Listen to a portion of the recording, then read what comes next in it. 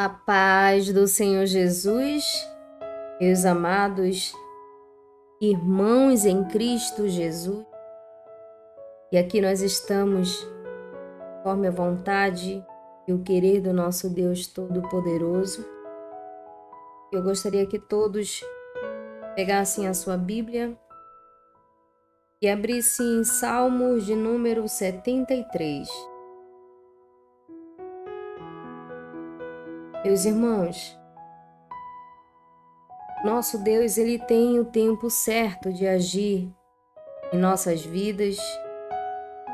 Quando nós decidimos a servir o Senhor, nós tínhamos a consciência das aflições que viriam ao nosso encontro e também nós temos a certeza de quem está conosco em meio a essa aflição.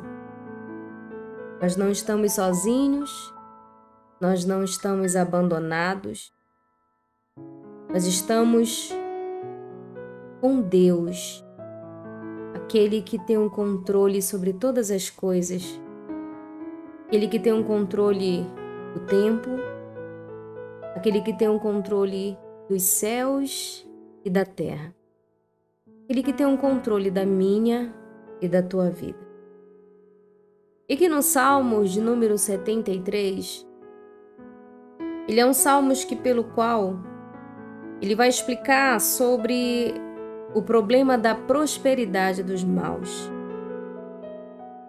Muitas vezes eu e você, porque servimos a Deus, nós achamos que só porque nosso vizinho, os nossos conhecidos, os nossos amigos, pessoas próximas de nós, dos nossos familiares, que não servem a Deus, têm uma mal interpretação de que eles têm uma vida boa, eles vivem tranquilos longe do Senhor. E eu e você que servimos a Deus, nós passamos por adversidades, por tempestades e vendavais. Mas é aí que nós nos enganamos. E eu e você, como filhos e filhas de Deus, nós precisamos analisar tudo o que acontece ao nosso redor. Nós precisamos analisar o fim que a Bíblia relata daqueles que não servem a Deus e o fim daqueles que servem a Deus. A própria palavra de Deus nos ensina do que adianta o homem ganhar o mundo inteiro e no final perder a sua alma.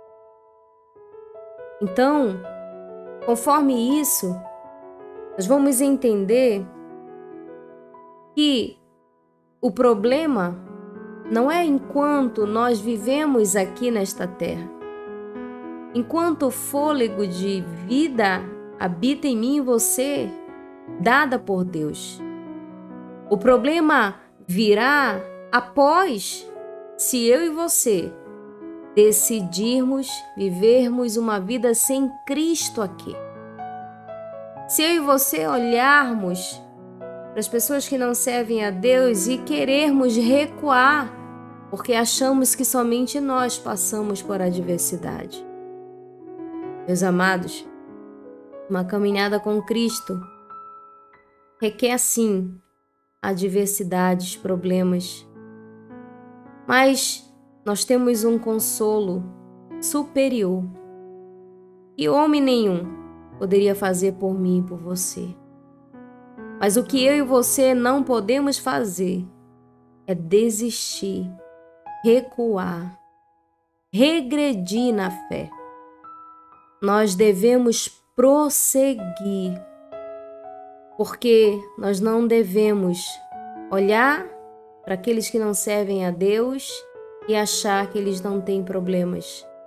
Mas nós devemos olhar para nós e ter a certeza que em meio aos problemas nós temos Deus que nos ajuda. E no final dessa vida, começa uma eternidade. E se eu e você prosseguirmos nessa caminhada, eu e você seremos salvos. E é aí que nós vamos ser libertos totalmente de toda tribulação, de toda aflição e de toda angústia. E os maus, aqueles que não querem saber de Cristo, eles terão complicações numa eternidade. Mas hoje eu quero falar com você que decidiu servir o Senhor. Ame o teu Deus de todo o teu coração, de toda a tua alma, de todo o teu entendimento. Não olhe para os teus problemas, porque senão você vai querer recuar. Olhe para aquele que morreu por ti no madeiro, que passou vergonha, que foi humilhado para resgatar a tua alma. É para ele que você tem que olhar e é por causa dele que você precisa prosseguir e também por causa da tua alma. E tenha certeza que há uma eternidade te aguardando. Mas a decisão ela tem que ser tomada aqui, enquanto eu e você estamos com fôlego de vida. Mas a palavra que o Senhor nos deu se encontra em Salmos, de número 73. E nós vamos acompanhar a partir dos versos 25, 26, 27 e 28. A palavra do nosso Deus diz assim para mim e para você hoje: quem mais tenho eu no céu? Não há outro em quem eu me compraza na terra.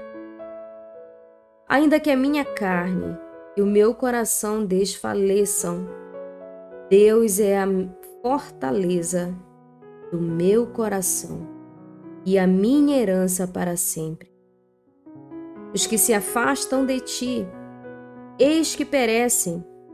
Tu destróis todos os que são infiéis para contigo. Quanto a mim, bom é estar junto a Deus. No Senhor Deus, ponho o meu refúgio para proclamar todos os seus feitos. O salmista, ele entendia completamente que não tinha outro no céu e pelo qual ele tinha prazer, e nem na terra. Mas por um dardo momento desse salmista, ele, quando observou os soberbos, os violentos, os que não serviam a Deus, foram tristes. Os pés dele não se desviaram da presença de Deus. Porque ele foi observar que os maus, eles não sofriam como ele. Porém, o próprio Deus o direcionou a essa conclusão. E o próprio salmista, no final, Salmos de número 73, ele repassou isso através das suas poucas palavras. E dizia assim: quem mais tenho eu no céu? Ele mesmo reconheceu isso. Quem mais tenho eu no céu? Ele entendia que não existia outro supremo a não ser o Deus excelso. E ele continuava escrevendo, dizendo: não há outro em quem eu me compraza na terra. E ele continuava dizendo: não há outro que pelo qual me dá prazer na terra, que me faz feliz na terra. O homem, quando fala algo assim, ele tem um amor muito grande por Deus. E ai, se eu e você tivéssemos isso, um amor tão grande por Deus ao ponto de escrever essas linhas: quem mais tenho eu no céu? Não há outra em quem eu me compraza na terra. Se nós olharmos para isso, eu e você seríamos mais felizes se nós olhássemos para as grandezas de Deus que Ele fez nos céus, na terra. Se nós olhássemos para aquilo que Deus já fez na minha e na tua vida, nós teríamos também essa conclusão. Se o amor que eu e você temos no nosso coração fosse, em primeiro lugar, para esse Deus, eu e você também escreveríamos isso, porque Ele diz: quem mais tenho eu no céu? Não há outro em quem eu me compraza na terra. E ele continuava escrevendo: ainda que a minha carne e o meu coração desfaleçam, Deus é a fortaleza do meu coração e a minha herança para sempre. E aqui ele entendia que por mais que ele enfrentasse as tribulações, as turbulências da vida, por mais que o coração dele se desfalecesse, por mais que a carne dele desfalecesse, ele entendia que Deus seria a fortaleza do coração dele, que Deus seria a herança para sempre dele. E será que hoje eu e você podemos dizer, não apenas de lábios, mas de todo o coração, que em meio a tudo que eu e você enfrentamos, nós temos um Deus todo-poderoso pelo qual nós nos alegramos e pelo qual nós esperamos e confiamos? Mas esse homem entendeu. E ele continuava escrevendo no verso de número 27: os que se afastam de ti, eis que perecem. Tu destróis todos os que são fiéis para contigo. Aqui ele entendeu o poder de Deus de conhecer o homem, não apenas exteriormente, mas interiormente. Ele sabia muito bem como Deus tinha o poder e tem o poder de saber se nós estamos com Ele ou não. Por isso que ele diz: os que se afastam de ti. Ou seja, aqueles que te abandonam porque eles ficam olhando para os maus e acham que eles não sofrem, apenas sofrem eles que estão na presença de Deus. Aqueles que recuam em meio às tribulações, às angústias. Ele diz: os que se afastam de ti, eis que perecem. Tu destrói todos os que são infiéis para contigo. São todos aqueles que são infiéis para com Deus, o Senhor destrói. Então não adianta nós termos uma vida aqui terrena, não passando por adversidade ou passando por poucas adversidades, sem Jesus. Porque nós podemos até viver até 100 anos, 200 anos, que é impossível um homem viver hoje 200 anos aqui nessa terra. Nós podemos decidir por viver uma vida sem Jesus. Mas quando for na decisão final, que o próprio Cristo não sabe o dia nem a hora, apenas está determinado pelo nosso Deus, nós podemos tirar a conclusão que naquele grande dia nós não podemos prosseguir sem Cristo. E o que nós concluímos de tudo isso, que todos aqueles que se afastam de Deus perecerão. Todos aqueles que são infiéis para com Deus eles serão destruídos. E esse salmista continuava dizendo: quanto a mim, bom é estar junto a Deus. No Senhor Deus, ponho o meu refúgio para proclamar todos os seus feitos. Ele dizia que aqueles que abandonavam o Senhor iriam perecer, que o próprio Deus iria destruir todos os que eram infiéis para com Deus. Mas ele dizia na sua alma e escrevia: quanto a mim. Ele olhava para dentro de si e ele escrevia dizendo: quanto a mim, bom é estar junto a Deus. Então o prazer desse homem estava em Deus. Eu quero chamar tua atenção hoje. Onde está o teu prazer? Aonde está a tua alegria? Em quem você tem se refugiado? Quem está em primeiro lugar na tua vida?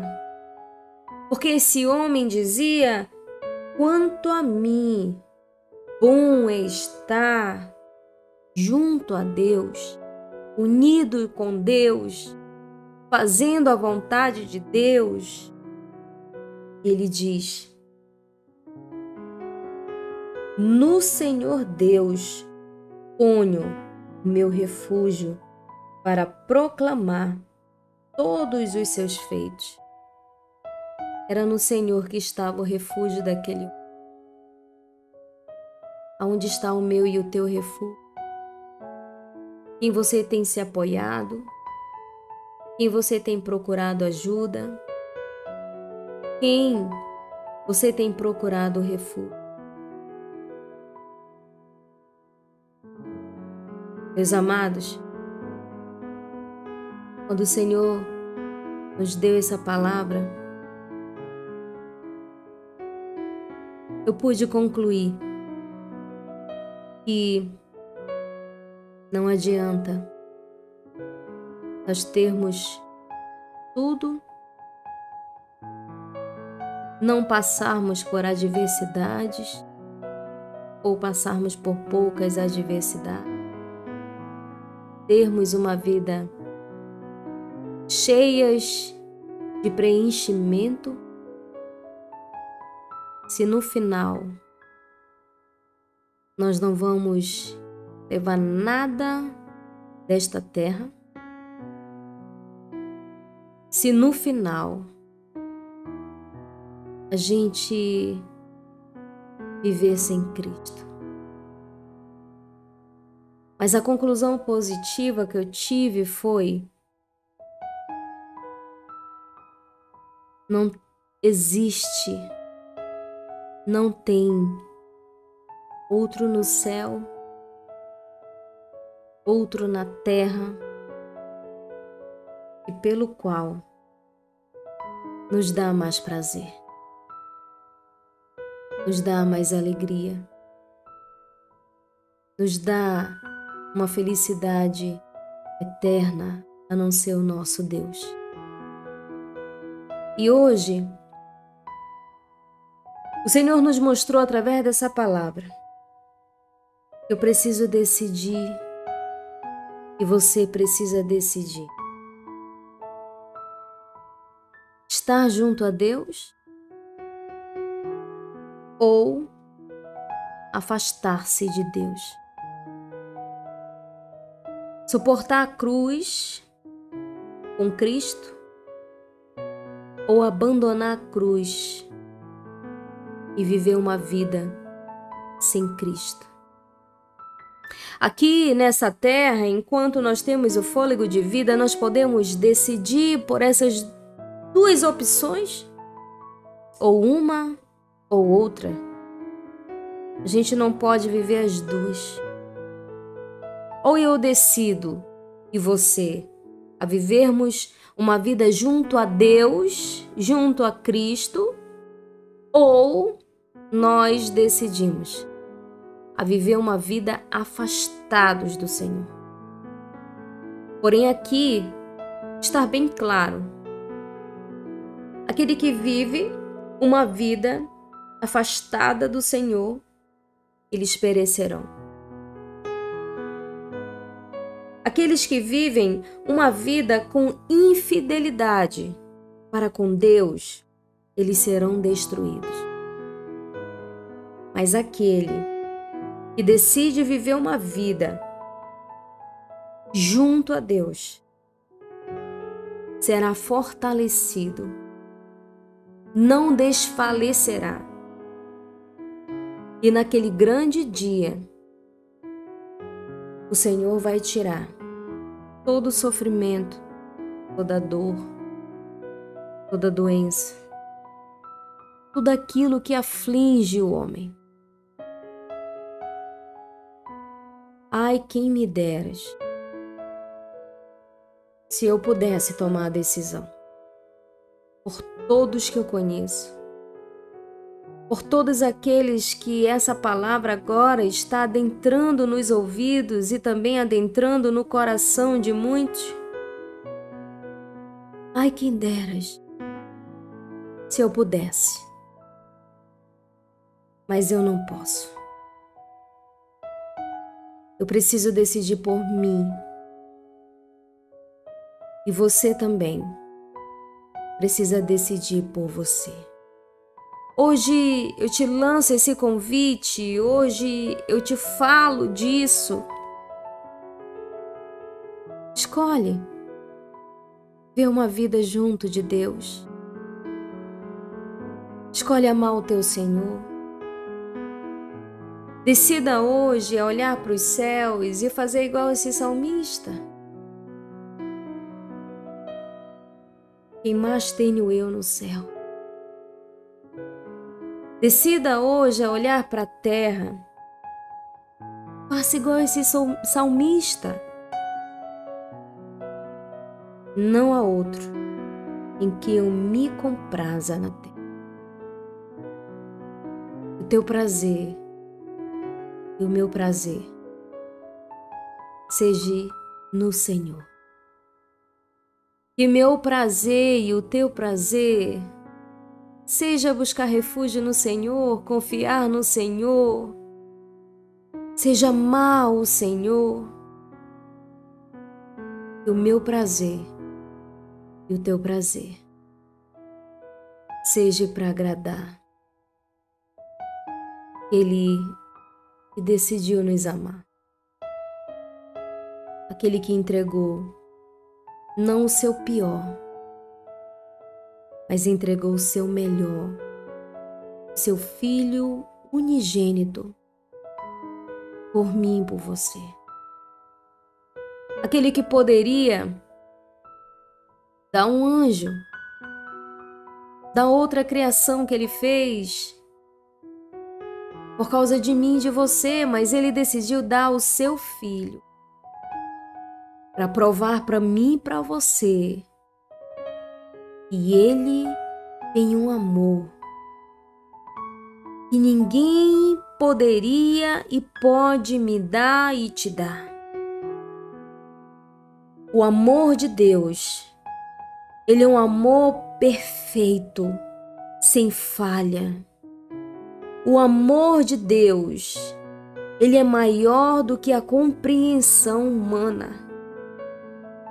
O homem que decide se refugiar nesse amor, o homem que decide se voltar para esse amor, o homem que decide viver uma vida que agrade e nos dá esse amor, é Deus. Ele vive uma vida de acolhimento, de fortaleza. Ele vive uma vida totalmente de prazer, porque Ele não vai olhar para as circunstâncias. Ele vai olhar para o dono da vida, que é Deus. Que Deus venha abençoar a sua escolha hoje. Você pode ter a certeza que aquele que perder a sua vida por amor de Cristo, acha lá. É aí que é vida, meu amado. É aí que é vida. Viver uma vida para Cristo. Viver uma vida para a glória de Deus. Fique essas poucas palavras no seu coração. Deus venha abençoar você, a sua casa, seus projetos, as suas decisões, e que seja conforme Ele quer na tua vida, não conforme você está pedindo para Ele. Que Deus te conserve firme nessa caminhada. E no final, nós vamos conhecer esse amor, nós vamos conhecer esse Deus face a face. Deus abençoe você e toda a sua casa. Em nome do seu Filho amado Jesus Cristo. Amém.